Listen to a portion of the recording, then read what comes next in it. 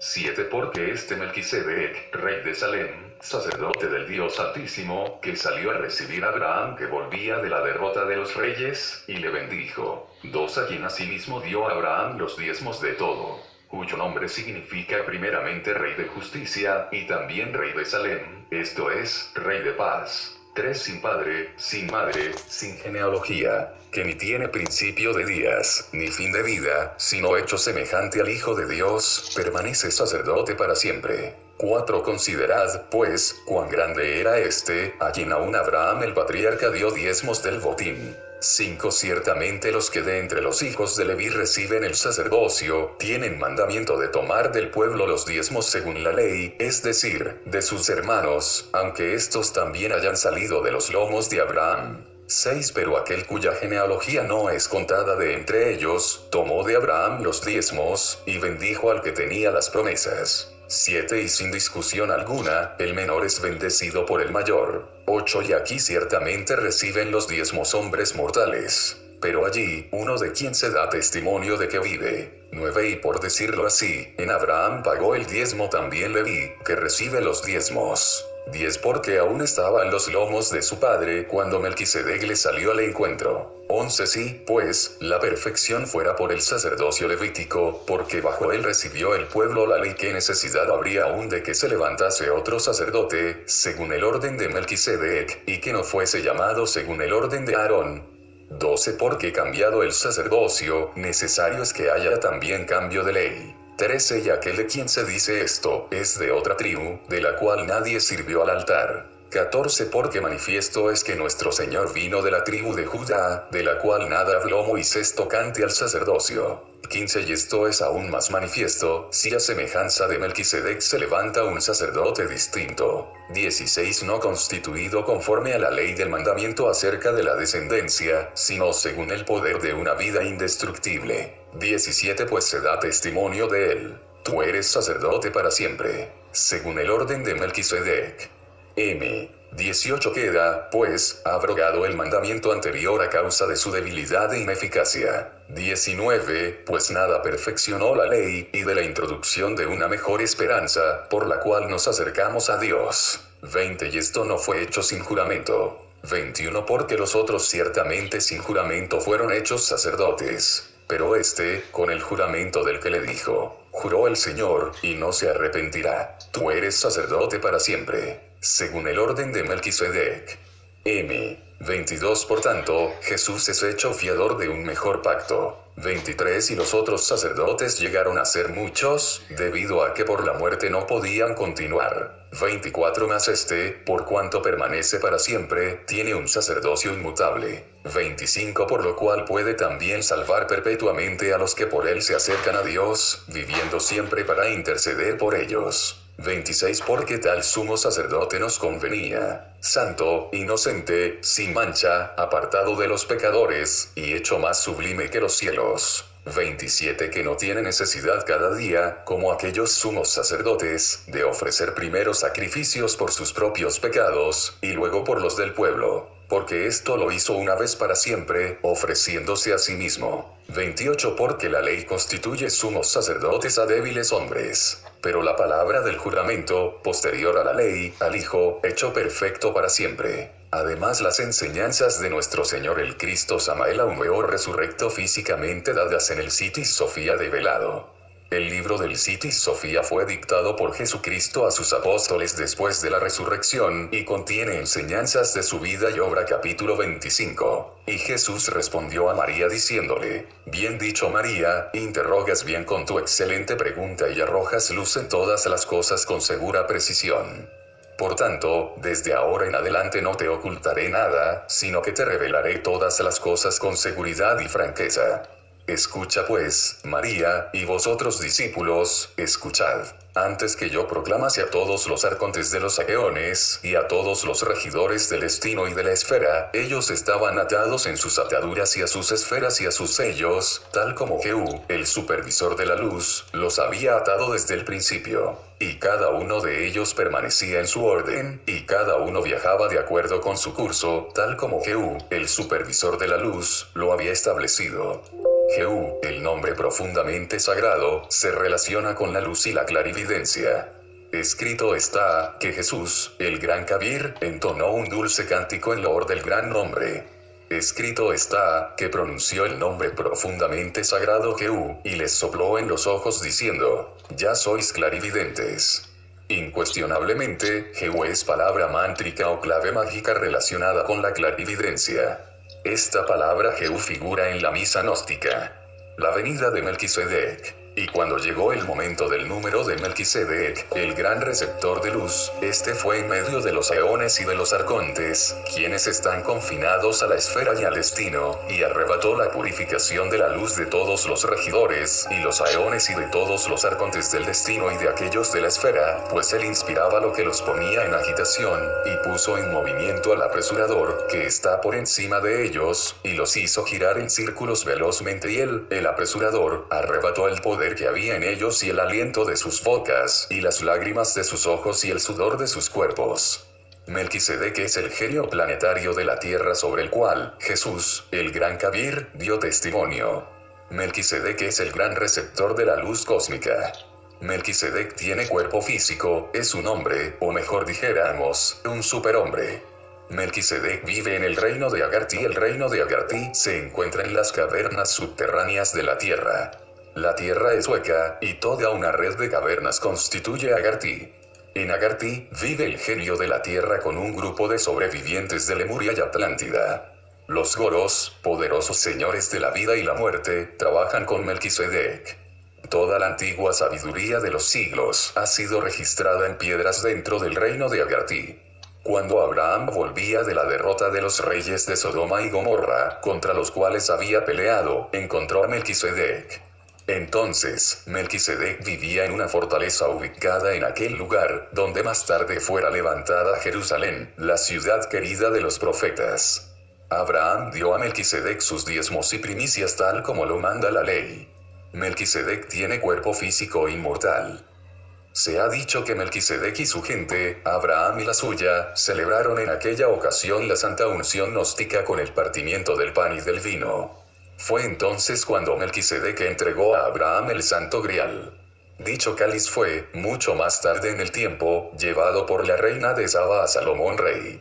La reina de Saba sometió a Salomón a muchas pruebas antes de hacerle entrega de tan divina joya. El gran Kabir Jesús celebró la última cena con el cáliz sagrado. José de Arimatea llenó el cáliz con la sangre que emanaba del cuerpo del adorable, en el monte de las calaveras. El senador romano escondió el cáliz y la lanza con la que Longinus hiriera el costado del Señor. Cuando la policía romana entró en casa del senador, no halló ni al cáliz ni a la lanza. José de Arimatea fue, por tal motivo, encerrado en una prisión por largo tiempo.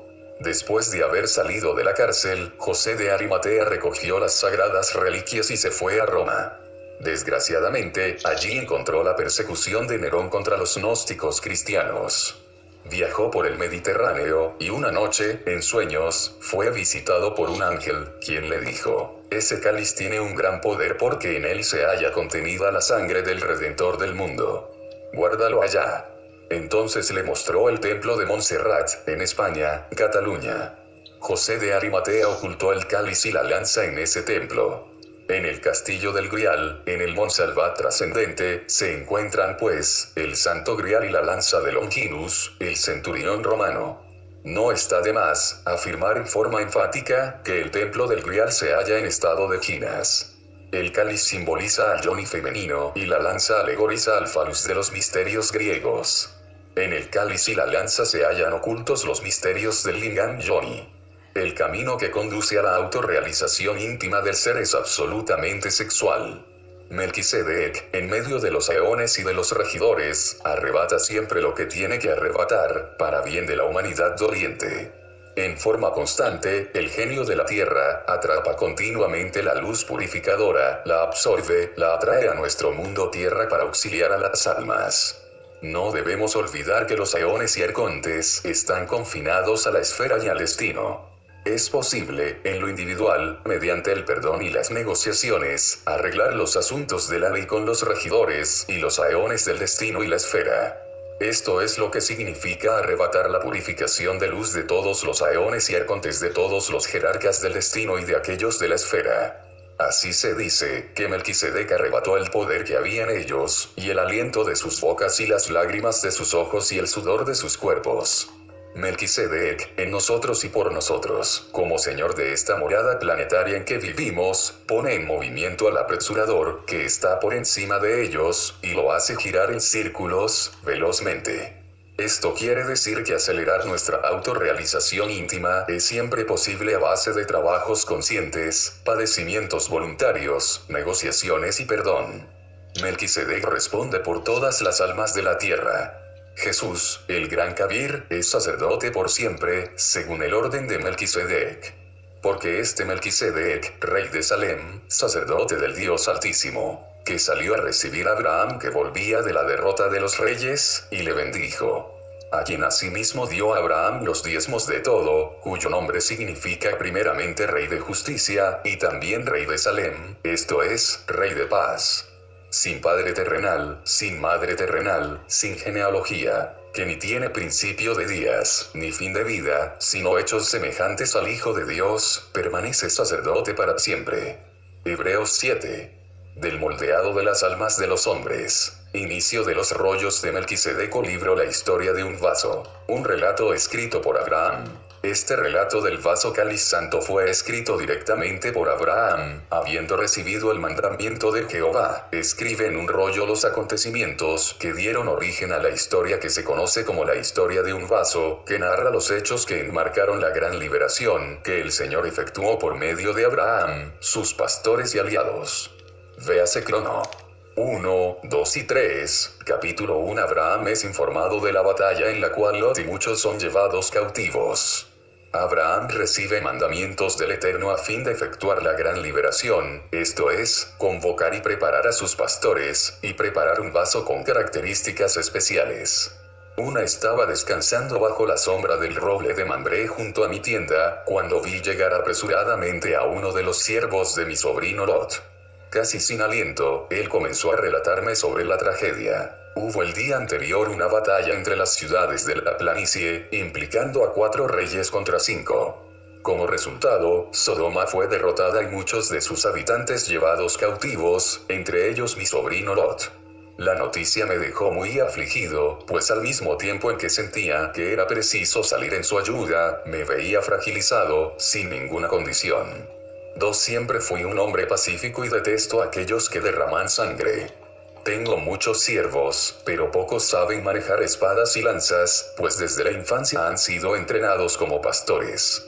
En lugar de espadas y lanzas, ellos manejan bordones con los cuales conducen los rebaños. En lugar de escudos, ellos cargan vasos en sus cinturas, siempre llenos de agua fresca, para matar su sed y refrescar a las ovejas afligidas. En lugar de vino para embriagarse, cargan sujeto a sus cintos pequeñas botijas con aceite de olivo, con los cuales ungen las heridas del rebaño. En lugar de trompetas resonantes, ellos soplan en cuernos pequeños, con los cuales convocan al rebaño hacia el corral. 3. Imaginando cómo sería un combate entre mis siervos y los ejércitos de aquellos 5 reyes victoriosos, comencé a reír. Mientras reflexionaba, la voz de aquel que siempre me guía, resonó en mis oídos, diciendo: 4. Abraham, Abraham. No menosprecies los instrumentos de los pastores, pues santificados por el fuego del sacrificio, habrán de conquistar la gran liberación.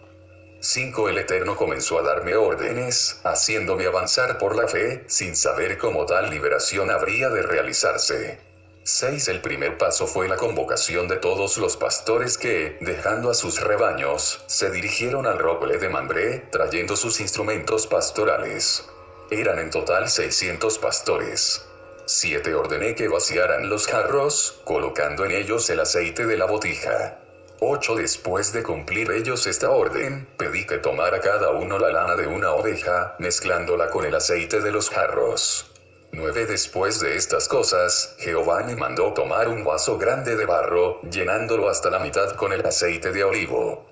10. Al concluir esta tarea, el Señor me mandó hacer una larga mecha de lana, enroscando la mitad dentro del aceite y dejando la otra parte apresada encima del vaso.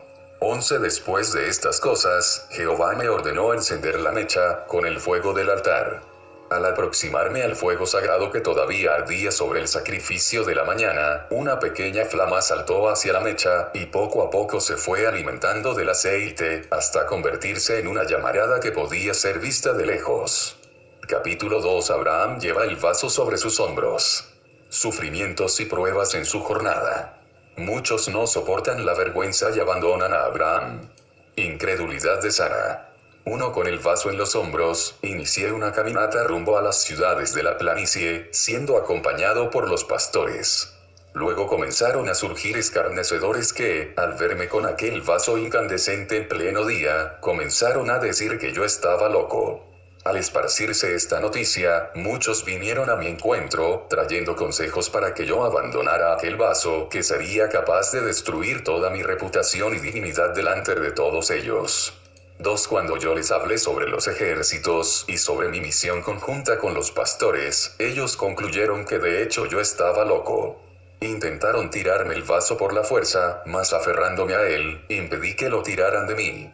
3 Avergonzados ante todo esto, muchos pastores comenzaron a separarse. Algunos regresaron hacia sus tiendas mientras que otros se unieron a aquellos que se reían de mi comportamiento extraño. 4 Sintiéndome solo con aquel pesado vaso sobre los hombros, comencé a angustiarme. Anhelaba encontrar a alguien con quien pudiera compartir mi experiencia, mas todos me lanzaban miradas de desaprobación. 5 Me acordé de Sara, mi amada esposa. En obediencia a la voz de Jehová habíamos transitado por muchos caminos, estando Sara siempre a mi lado, animándome a proseguir precisamente en los momentos más difíciles. Con certeza Sara me traería consuelo y fuerzas para continuar firme, conduciendo el vaso de la salvación. 6 Mientras que avanzaba por el camino pensando en Sara, la vi en medio de la multitud. Al dirigirme a ella, me vi sorprendido y desalentado al ver en sus ojos el mismo menosprecio de aquellos que me llamaban loco por conducir en pleno día la llama que se había desprendido del altar. 7 Acordándome de la orden de Jehová, de que tendría que liberar a mi sobrino Lot, fui andando solo por el camino. Al colocarme en el lugar de aquellos que me llamaban loco, yo les daba la razón, pues en condiciones normales, ninguna persona coherente saldría de casa, sin un rumbo definido, llevando en la espalda en pleno día un vaso con una llamarada, afirmando estar marchando contra los ejércitos de 5 reyes, para liberar un pariente. Realmente da a entender que se trata de la manifestación de una gran locura. Precisamente así, bajo el rencor de todas las humillaciones y palabras que hablaban contra mí, yo avanzaba rumbo al valle desconocido. 8 Toda aquella burla fue finalmente disminuyendo, a medida en que me distanciaba del roble de Mambré. 9 Comenzaron a sobrevenir a mi corazón muchas dudas en cuanto a mi futuro. Estaba a veces afligido con el pensamiento de todo lo que había experimentado, desde la convocación de los pastores hasta ese momento, podría ser, de hecho, demostraciones de una locura. 10 Lleno de dudas, comencé a pensar en la posibilidad de abandonar el vaso al lado del camino, regresándome junto al altar. Esos eran los consejos de algunos pastores y amigos que, condolidos de mi soledad, todavía venían a mi encuentro, aconsejándome a que volviera. Allí, decían, que yo podría conquistar nuevamente la confianza de los pastores, volviendo a ser, quizás, hasta el mismo sacerdote honrado como antes lo era. Sobre el altar, decían, que había un fuego mucho mayor que aquel que yo cargaba en los hombros. 11 Estaba a punto de regresar, cuando Sara vino a mi encuentro, contándome sobre el desprecio que muchos pastores lanzaban contra mí. Ella estaba consternada, pues toda aquella deshonra recaía también sobre ella, al punto de no sentir más deseos de permanecer junto a aquel altar. 12 Después de alertarme, Sara comenzó a hablarme de un plan. Podríamos, quizás, mudarnos a una ciudad distante, donde olvidaríamos todas aquellas vejaciones. 13 Olvidándome de la voz que me había mandado seguir rumbo a la planicie, contesté a mi esposa que yo estaría dispuesto a acompañarla a cualquier lugar, si ella permitía que yo llevara el vaso. Él sería nuestro altar, calentando e iluminando nuestras noches con su llama. 14 Al oír sobre el vaso, Sara volvió a enojarse, afirmando no entender mi terquedad al continuar llevando sobre los hombros aquel símbolo de vergüenza y desprecio. Después de decirme tales palabras, me volvió la espalda regresando hacia la tienda. Capítulo 3. Abraham entiende el significado del vaso. Abraham protege a la pequeña llama de los fríos vientos. Muchas ovejas siguen a Abraham. Abraham, andando solo, sigue el rastro. Los ejércitos se burlan de Abraham y amenazan con el exterminio de los cautivos. Un angustiado por no poder realizar el sueño de Sara, proseguí rumbo al futuro incierto, siendo orientado únicamente por la llama, cuyo brillo aumentaba a medida que las tinieblas se hacían más densas. Comencé entonces a meditar sobre aquella llama que me acompañaba con su brillo y calor. 2. Yo estaba acostumbrado a ver el fuego sagrado entronizado sobre un gran altar de piedras, en medio de las alabanzas de muchos pastores, de entre los cuales yo me destacaba como maestro y sacerdote. En aquellos momentos de adoración, yo me vestía con los mejores mantos, y hacía la pregunta de realizar el sacrificio, solamente cuando todos mis siervos estuviesen reunidos a mi alrededor, para que escuchasen mis consejos y advertencias. En la hora del sacrificio, yo levantaba hacia el cielo mi espada desenvainada, y, con palabras amedrentadoras, proclamaba la grandeza del Señor de los ejércitos, el Dios todopoderoso que domina sobre los cielos y la tierra. Vibrando la espada en el aire en un movimiento amenazador, yo representaba delante de mis pastores la imagen de un Dios severo, que siempre está listo para repeler cualquier confrontación. Después de esa demostración de soberanía y poder, tomaba yo una oveja de las manos de un pastor, y la amarraba sobre el altar. Para que estuviese bien clara la ira divina, pinchaba yo sobre su cuello, golpeándola severamente, hasta verla perecer. En aquel momento yo descendía del altar, y permanecía esperando el fuego sagrado, que jamás dejó de manifestarse sobre el sacrificio. 3. Yo había aprendido desde la infancia a reverenciar el fuego sagrado, creyendo que ello era una revelación visible de Jehová, el gran Dios invisible. Hasta entonces, yo lo veía como un fuego único e indivisible.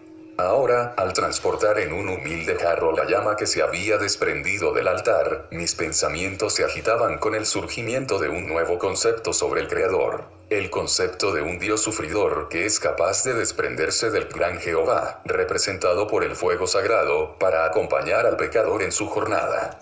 4. Arrepentido, me postré delante del vaso y lloré amargamente. Tenía ahora conciencia de que todo el celo demostrado junto al altar tenía como finalidad la exaltación de mi orgullo, y no la del amor de aquel que me acompañaba por el camino. 5. Súbitamente, se me grabó en la mente la convicción de que aquella pequeña llama que se había desprendido del fuego sagrado, era una representación del Mesías, que se desprendería del gran Jehová, para ser el Dios con nosotros, compañero en todas nuestras jornadas. Al sobrevenirme esta convicción, la llama se alegró, tornándose más brillante y calurosa. 6. Con el corazón transformado, proseguí por el camino rumbo al valle, llevando en los hombros el jarro que me había traído después de tanto desprecio, la alegría de una nueva revelación sobre el carácter del Creador. 7. Momentos difíciles comenzaron a surgir en mi camino, cuando fríos vientos venidos del mar salado comenzaron a arremeterse contra la pequeña llama, procurando apagarla.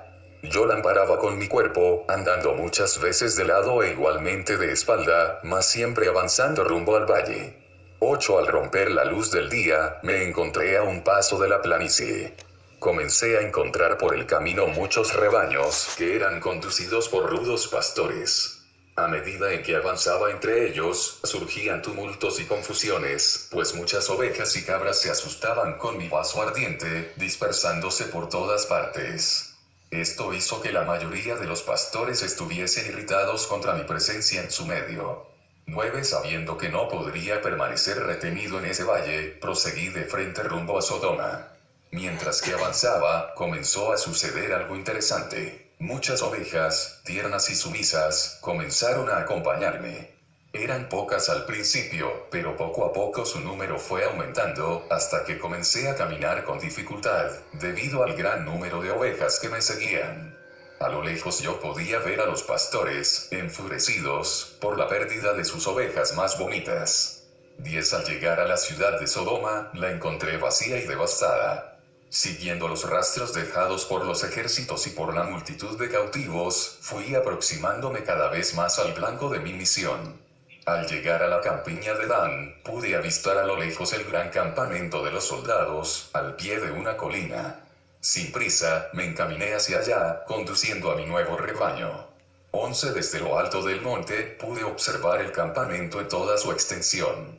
Había millares de soldados conmemorando su victoria, mientras que centenares de cautivos yacían amontonados en medio del campamento, humillados y sin esperanza. Ante esa escena, estuve imaginando cómo se podría realizar la liberación. 12 Mi presencia despertó la curiosidad de algunos soldados que, al verme con el vaso fumigante, se aproximaron y comenzaron a burlarse. Cuando me preguntaron el motivo de mi presencia en aquel lugar, les dije que venía a liberar a mi sobrino Lot. Mis palabras se tornaron el motivo de muchas bromas en todo el campamento. Después de esto, comenzaron a mofarse de Lot. 13 En poco tiempo, toda aquella burla se transformó en gritos de venganza, y proclamaron que, a la mañana siguiente, todos los cautivos serían exterminados, comenzando por mi sobrino. Capítulo 4 Abraham se reconforta con la llegada de sus pastores y aliados. Los pastores aprendieron a amar la luz del paso. Lealtad de los aliados de Abraham. Orientado por la voz divina, Abraham da instrucciones estratégicas. La lamparilla de Lot. Confusión y matanza entre los ejércitos enemigos. Uno mientras intentaba imaginar lo que Jehová podría hacer para alcanzar tan milagrosa liberación, vi surgir a lo lejos un grupo de pastores que se encaminaban en dirección mía, viniendo de Sodoma. Pensé al principio que eran los pastores enemigos que venían a arrancarme el rebaño conquistado con amor. Tal desconfianza pronto desapareció, dando lugar a un sentimiento de mucha alegría, cuando descubrí que eran mis fieles pastores. Ellos se fueron aproximando en pequeños grupos de 12, hasta alcanzar el total de 300 pastores.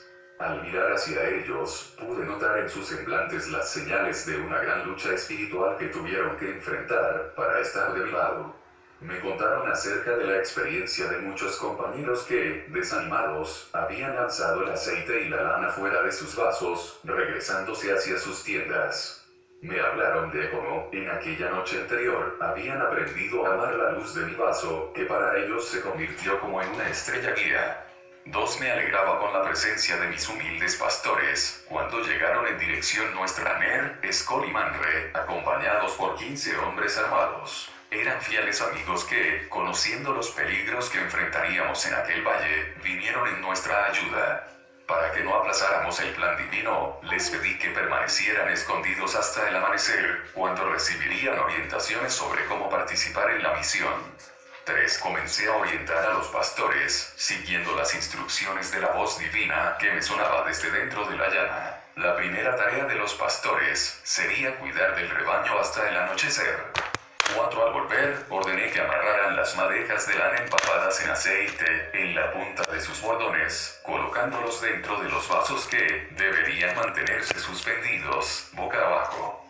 5 Comencé a encenderlos con el fuego de mi llamarada, hasta que las 300 antorchas estuvieron ardiendo, aunque ocultas, en el interior de aquellos vasos.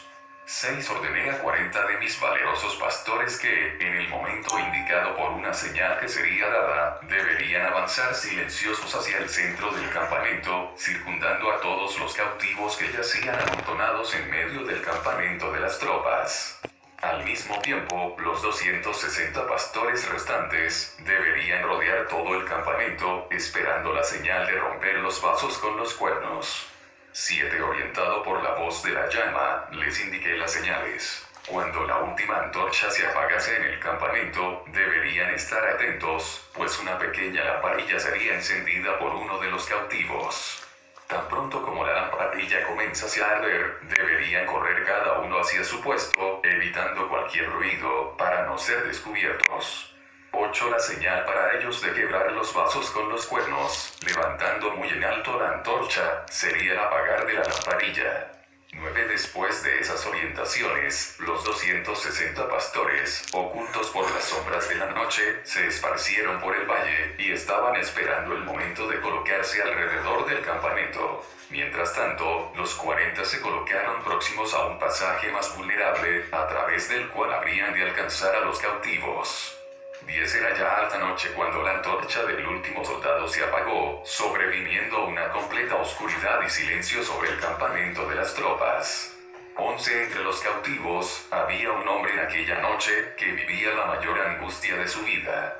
Era mi sobrino que, después de convertirse en el blanco de tantos abusos y humillaciones, había tomado conocimiento del castigo que les esperaba al amanecer.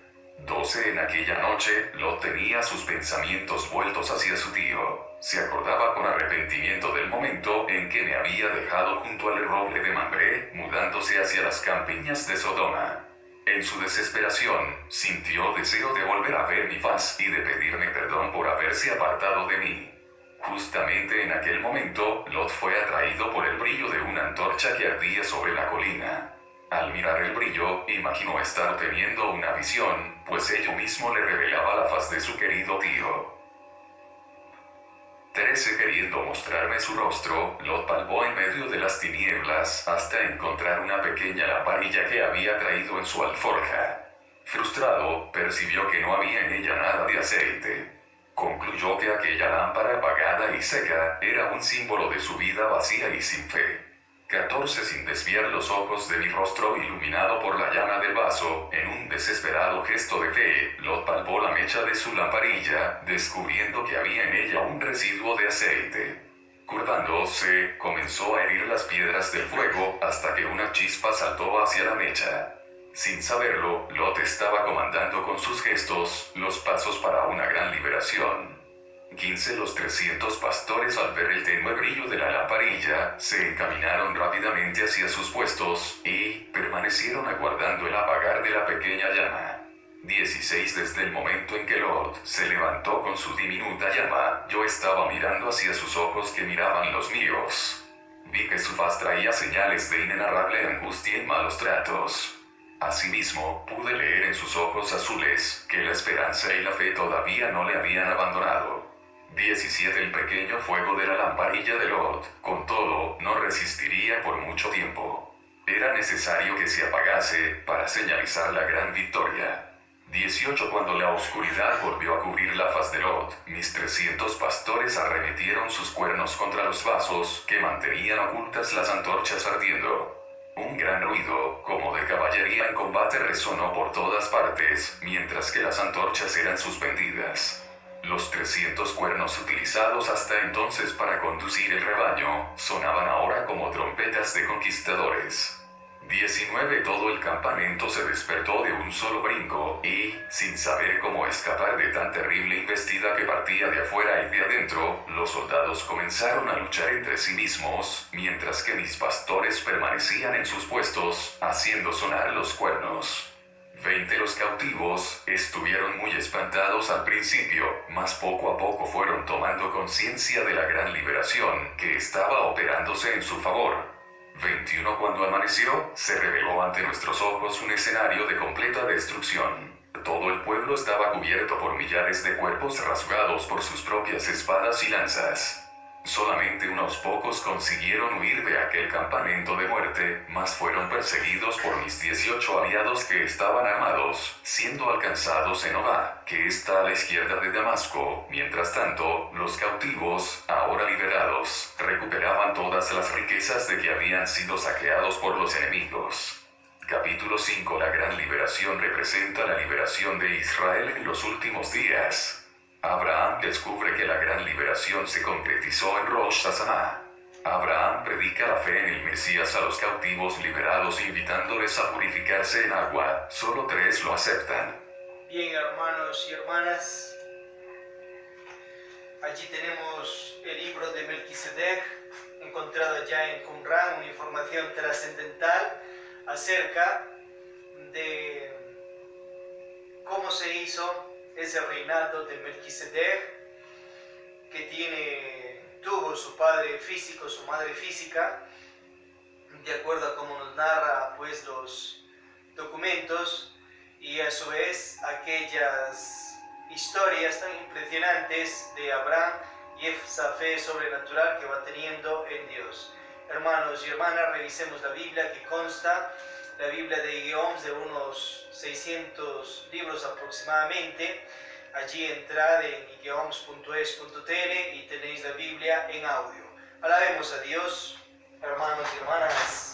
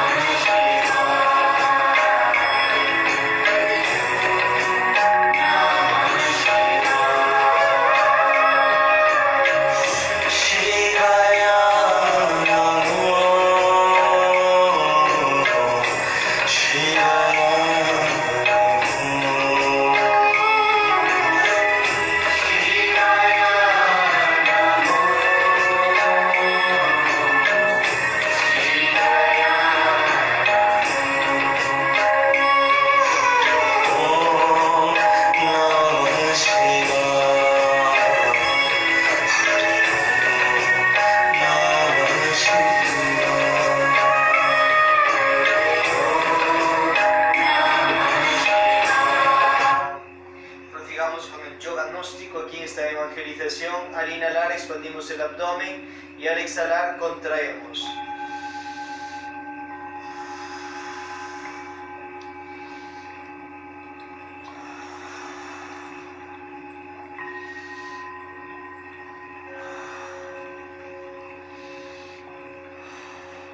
Columna, cuello, vamos a relajarlo. Recto hacia atrás, izquierda hacia atrás, derecha hacia atrás. Siguiente.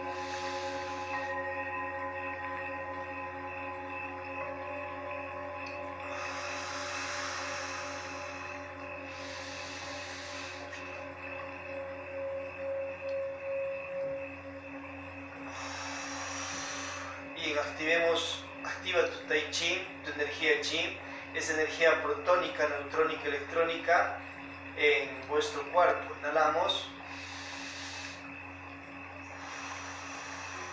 Siguiente, para la circulación.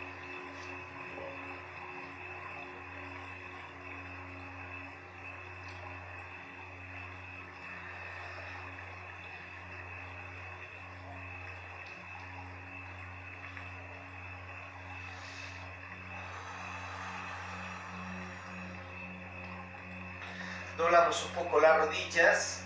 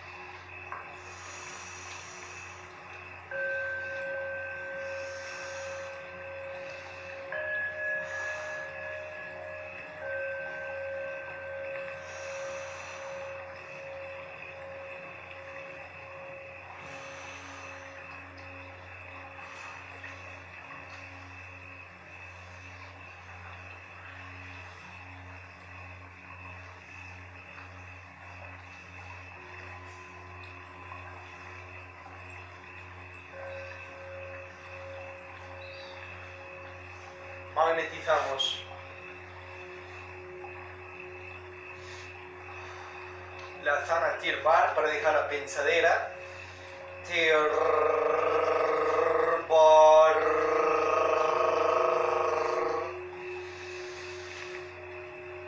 Tirbar.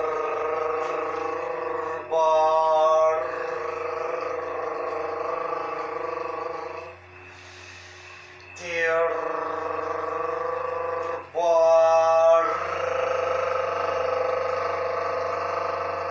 Sana Tor, llevando la energía a los chakras, sus centros magnéticos. Ta, pulmones, recuerdo vías pasadas. Te, garganta, clarividencia. Ti, entrecejo, clarividencia. To, corazón, intuición. Tu, plexo solar, telepatía. Y Tor al corazón para intuición también. Nos ubicamos allí.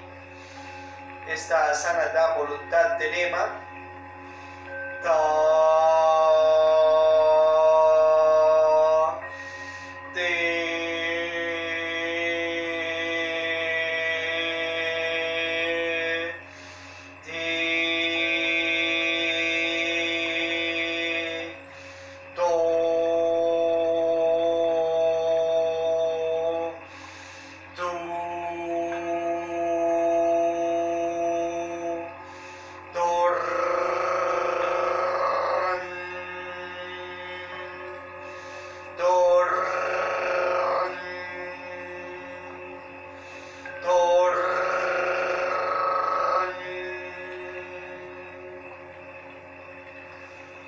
Siguiente, la zona Fa, fuerza maravillosa del amor, avivar mis fuegos sagrados para que mi conciencia despierte.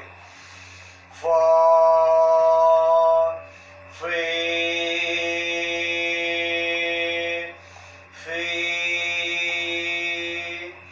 Fo, Fu.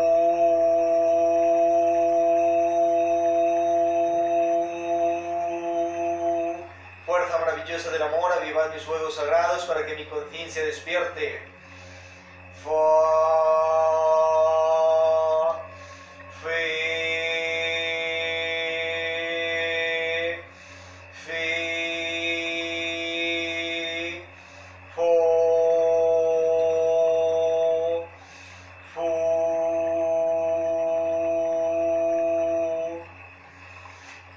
La asana agal para energetizarnos y transmutar energías, con H como un suspiro.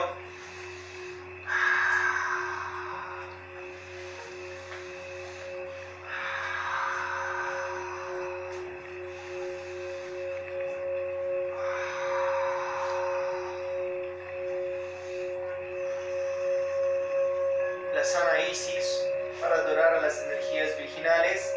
Ram, I, O, Kam, Dir,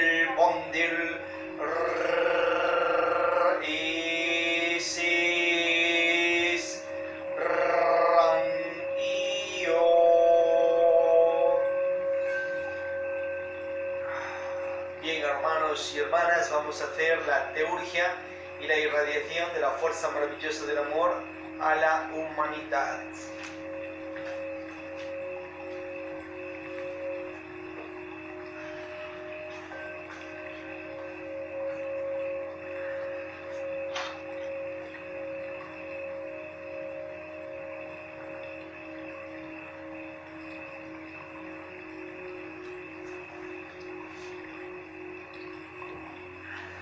Yo doy a todos, que todos los seres vivos, personas y reales seres sean felices, seamos dichosos, seamos en paz.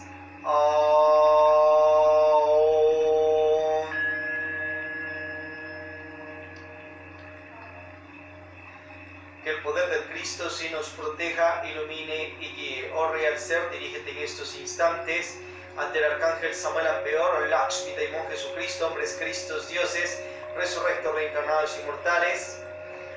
Dirígete ante ellos para que intercedan por nosotros ante Dios manifestado, que intercedan ante las energías virginales y del divino Daimon, ante el Padre Dios único universal, Padre de dioses, diosas, Cristos, universos y humanidades, y sus hijos los dioses, diosas, cristificados, misericordiosos. Pídeles una asistencia poderosa a Cronos, Ares, Vishnu, Brahma, Shiva, Rama, Krishna, Buda, Quetzalcoatl, Mancocapa, Kalishwanga, Osiris, Rais, Isaurus, Tung, Hermes, Anubis, Zeus, Júpiter, Afrodita, Atenea, Hércules, Thor, a los dioses del fuego, tierra o éter, a Jehová, regente universal, a Sirio, regente galáctico. Pídeles a Gargacuchinis, Rabolú, literantes, a los dioses, diosas gnósticos cristificados y a nuestros hermanos y hermanas extraterrestres cristificados de este y otros universos. Por el sol que nos alumbra, por nuestras madres Devi, Shaktis, Kundalinis, por nuestros reales seres internos, os invocamos, venerables hermanos y hermanas extraterrestres cristificados del espacio. Concurrid, gloriosos seres. Amtia Daunasastata. Congregación, repetir. Amtia Daunasastata. Sorin Salarra. Os hemos llamado, os hemos invocado para pedirles que todos los aquí presentes, ya físicamente, ya onlinemente, ya nuestros hogares, familiares y amistades, y a cada uno de los millones de habitantes existentes en el planeta, todos seamos bendecidos con sabiduría e inteligencia para vivir en más armonía y en más conciencia. Pedimos y rogamos que nos bendigan con salud, dinero, amor, prosperidad físico-conscientiva, gloria, poder, fuerza, quienes anhelamos autorrealizarnos, que practiquemos los misterios de Arca Coradi y heredemos el reino de la luz. Pedimos y rogamos que depositen sabiduría e inteligencia sobre todo gobernante existente para que con la misma puedan gobernarse a sí mismo y con aquella sabiduría que Dios da puedan gobernar a todo y a todos a quienes Dios ha puesto que gobiernan. Pedimos que la vida humana, flora y fauna universal continúe en el planeta en paz y en armonía, más siglos Dios mediante milenios. Para todo ello pedimos luz, poder, fuerza y amor, juntos. Om sea fuerza, Om sea amor. Haced vuestras súplicas personales, hermanos y hermanas. A Dios, a la divinidad.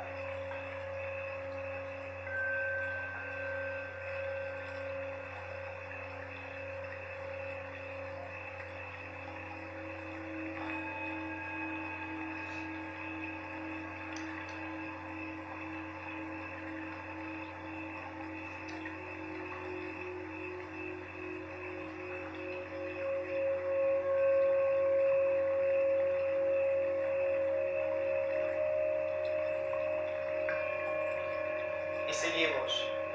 Plegaria universal, reunidos hablemos en armonía, permite a nuestras mentes unirse acorde. Nuestra oración sea una nuestra asamblea sea una nuestra mente unida a nuestros pensares, dirígenos en nuestro propósito común, adorémosle con nuestra común oblación, oh adorable Señor de misericordia y amor. salutaciones y postraciones ante ti. Tú eres existencia, conocer, éxtasis absoluto, eres el morador de todos los seres. Concédenos un corazón comprensivo, visión igual, mente equilibrada, fe, devoción y sabiduría. Concédenos fortaleza espiritual interna para resistir tentaciones y controlar la mente. Líbranos del posible. Colma nuestro corazón de virtudes divinas, contemplémoste en todos tus nombres y formas, sirvámoste en todos tus nombres y formas, recordémoste siempre, que tu nombre esté siempre en nuestros labios, moremos en ti para siempre, permite que haya paz y bienestar en todo el mundo, que todos los hombres hagan el bien los unos a los otros, que el mal se apacigüe, que el mundo sea feliz en todo sentido. Shanti, Shanti, Shanti.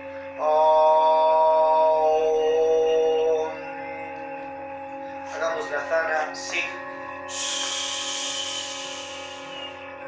y que todo lo aquí pedido se cumpla, se cristalice en lo físico interno por misericordia divina y con el aval de gloria, poder y fuerza de Shoy, de Dios. Así es y hecho está.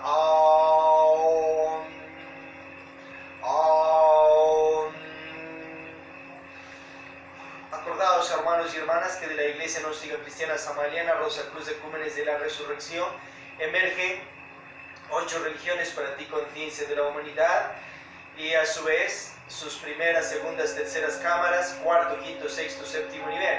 Si usted está practicando los 3 factores de la revolución de la conciencia, puede sembrar estas religiones en la ciudad, país, continente que está y comenzar el temario. Ya sembrados, podéis federarlo o confederarlo a esta sede, la Iglesia Gnóstica Cristiana Samariana Rosa Cruz de Ecúmenes de la Resurrección, ubicados en Santa Om Samaels, Santana de los 4 Ríos, Cuenca, Atenas del Ecuador, de los Estados Unidos, Patria, Latinoamérica, América, Planeta. Otra opción, podéis libremente federarlas o confederarlas a otras sedes internacionales de los demás compañeros, compañeras, discípulos de Samuel Ampeor, Laxmi de Mon Jesucristo, conversar allí. Otra opción, puedes directamente representarlas desde tu conciencia y ser el nuevo misionero, su patriarca, secretario, si estás en tus misterios menores, o secretaria, y si estás en tus misterios mayores, un nuevo misionero, patriarca, secretario, y comenzar el temario. Mientras tú eres maestro, maestra espiritual, o miembro activo o estudiante de la misión de la resurrección,